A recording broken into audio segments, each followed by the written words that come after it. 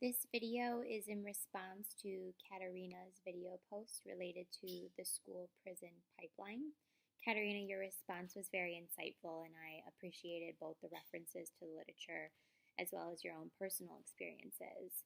I, as well, was dismayed by the evidence indicating that individuals have been marked as deviant because of race, class, and disability. I also appreciated your reference to the study done at Morgan Elementary. The idea of matriculation of a student to a new school as a way of getting rid of them and not having to worry about them anymore is really upsetting. The fact that a teacher might have this notion goes against everything that we've been taught and have experienced in the field of education.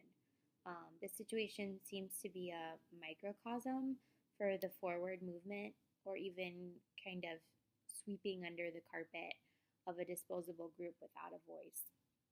Teachers who are checked out and not invested in the progress of students and their outcomes are serious detriment to all students, but especially those in disadvantaged socioeconomic conditions.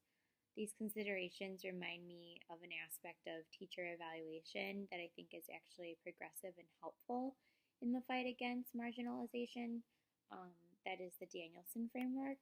Within all four domains of the framework, there are built-in considerations regarding family background, cultural considerations, and also providing preparedness for higher education and professional readiness for all students in the classroom. Your reference to students of color with disabilities being more likely to be placed in a more restrictive setting than their white peers also added to the bigger problem at hand. I felt that this inequality clearly spoke to the issues brought up in earlier chapters of Discrit, particularly the chapter on the evaluation of goodness. By over-referring students of color to special education settings, educators are limiting the access for education and opportunities, which translate to tangible inequalities later in life.